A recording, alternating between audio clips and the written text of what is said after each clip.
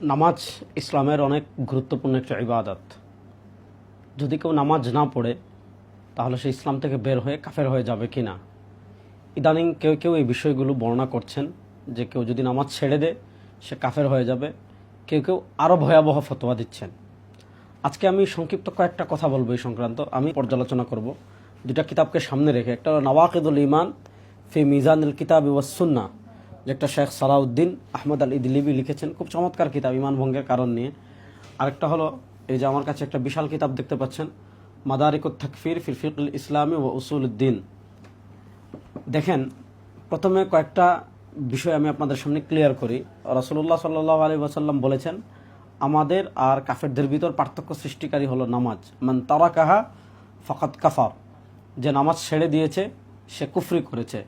এই হাদিসের আলোকে কেউ কেউ বলে থাকেন কেউ যদি নামাজ ছেড়ে দেয় তাহলে সে কী হয়ে যাবে, ঈমান থেকে বের হয়ে যাবে। এই দুই বইয়ে এই মাসালা সংক্রান্ত অত্যন্ত চমৎকার আলোচনা করা হয়েছে। আগ্রহী তালিবুল ইলম যারা আছেন তারা এই দুটি বই অধ্যয়ন করতে পারেন। আমি শুধু কয়েকটা কথা বলি। আহলুস সুন্নাহ ওয়াল জামাতের আকীদা হলো, কেউ যদি কবিরা গুনাহ করে তাহলে সে ইসলাম থেকে বের হবে না। এই আকীদা আহলুস সুন্নাহ ওয়াল জামাতের সর্বসম্মত মত। তো আমরা বলি, নামাজ যদি কেউ অস্বীকার করে তাহলে সে কি হয়ে যাবে, ইসলাম থেকে বের হয়ে যাবে, কোনো সন্দেহ নাই।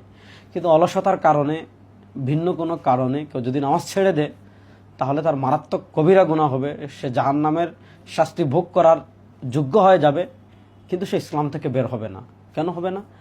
কয়েকটা হাদিস বলি। দেখেন, রাসূলুল্লাহ সাল্লাল্লাহু আলাইহি ওয়াসাল্লাম এক হাদিসে বলেছেন, মান হালাফা বিগাইরিল্লাহ ফাকাদ কাফার, কেউ যদি আল্লাহ ছাড়া অন্য কারো নামে কি করে, কসম করে, ফাকাদ কাফারা, সে কুফরি করেছে। তো কেউ যদি আল্লাহ ছাড়া অন্য কারো নামে কসম করে সে কিন্তু কি হবে না, ঈমান থেকে বের হবে না, সে ইসলাম থেকে বের হবে না, তার কবিরা গুনাহ হবে। কিন্তু এটাকে কেউ যদি হালাল মনে করে তখন তার ঈমান নিয়ে কি আসবে, প্রশ্ন আসবে। ঠিক তেমনিভাবে রাসূলুল্লাহ সাল্লাল্লাহু আলাইহি ওয়াসাল্লাম আরেক হাদিসে বলেছেন, সিবাবুল মুসলিমি ফুসুক ওয়া কিতালুহু কুফর, মুসলমানদেরকে হত্যা করা এটা হলো কুফর। এখন কেউ যদি কোনো মানুষকে হত্যা করে মারাত্মক কবিরা গুনাহ হবে, কিন্তু সে ইসলাম থেকে বের হবে না। হ্যাঁ, এটাকে যদি হালাল মনে করে মানুষ হত্যা, তখন তার ঈমানে কি আসবে, সমস্যা আসবে। ঠিক তেমনিভাবে রাসূলুল্লাহ সাল্লাল্লাহু আলাইহি ওয়াসাল্লাম মুসনাদে আহমদ এর আরেক হাদিসে বলেছেন, মান সাল্লা, যে কেউ নামাজ পড়লো, কেন ইউরাই, সে মনে করলো যে মানুষ আমাকে দেখুক, ফাকাদ আশরাক, অর্থাৎ মানুষকে দেখানোর জন্য নামাজ পড়লো, সে শিরিক করলো। এমনভাবে মান সামা, যে রোজা রাখলো মানুষকে দেখানোর জন্য, ফাকাদ আশরাক, সে শিরিক করলো। যে হজ করলো মানুষকে দেখানোর জন্য, ফাকাদ আশরাক, সে শিরিক করলো। এখন কেউ যদি নিজেকে জাহির করার জন্য, অন্যকে দেখানোর জন্য নামাজ পড়ে, সে কি মুশরিক? না, মুশরিক না।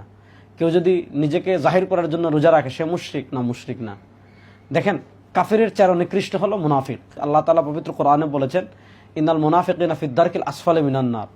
রাসূলুল্লাহ সাল্লাল্লাহু আলাইহি ওয়াসাল্লাম বলেছেন যে তিনটা গুণ যার ভিতর পাওয়া যাবে, কানা মুনাফিকান খালিসান, কোনো হাদিসে চারটার কথা আসছে, সে নিরেট মুনাফিক।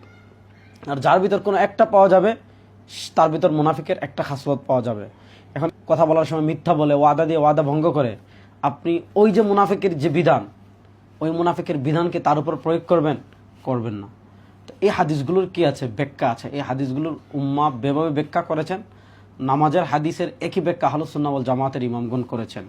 অর্থাৎ কেউ যদি নামাজ অস্বীকার করে, নামাজের ফরজিয়ত অস্বীকার করে, তাহলে সে ইসলাম থেকে বের হয়ে যাবে। হ্যাঁ, কেউ যদি অলসতার কারণে নামাজ ছেড়ে দেয় তাহলে তার মারাত্মক কবিরা গুনাহ হবে, অনেক বড় কবিরা গুনাহ হবে। কিন্তু আহলুস সুন্নাহ ওয়াল জামাতের আকীদা হলো, তার ঈমান যাবে না, তার ঈমান ঠিক থাকবে, সে মুসলিমই থাকবে। এজন্য দেখেন, যদি কেউ নামাজ ছেড়ে দেওয়ার কারণে কারো যদি ঈমান চলে যায়, তাহলে রাসূলুল্লাহ সাল্লাল্লাহু আলাইহি ওয়াসাল্লাম কি বলেছেন, মান নাসিয়া, কেউ যদি নামাজের কথা ভুলে যায় অথবা ঘুমিয়ে যায়, তাহলে যখন সে জাগ্রত হবে অথবা যখন সে মনে পড়বে, তখন যেন নামাজের সে কাজা করে। যদি তার ঈমানই চলে যেত, যে কোনো কারণে নামাজ ছাড়লে তার যদি ঈমানই চলে যেত, তো রাসূলুল্লাহ সাল্লাল্লাহু আলাইহি ওয়াসাল্লাম বলতেন কি, আগে কালেমা পড়ে মুসলমান হন, তারপর নামাজ পড়েন। কারণ ঈমান না থাকলে নামাজ দিয়ে আপনি কি করবেন? তো রাসূলুল্লাহ সাল্লাল্লাহু আলাইহি ওয়াসাল্লাম বলেছেন না, স্মরণ হওয়ার মাত্রই আপনি কি করেন, নামাজের কাজা পড়েন। বোঝা গেল তার কি যায় না, ঈমান যায় না। হয় আল্লাহ তাআলা আমাদেরকে সব ধরনের বাড়াবাড়ি ছাড়াছাড়ি থেকে বেঁচে থাকার তৌফিক দান করুক। আসসালামু আলাইকুম।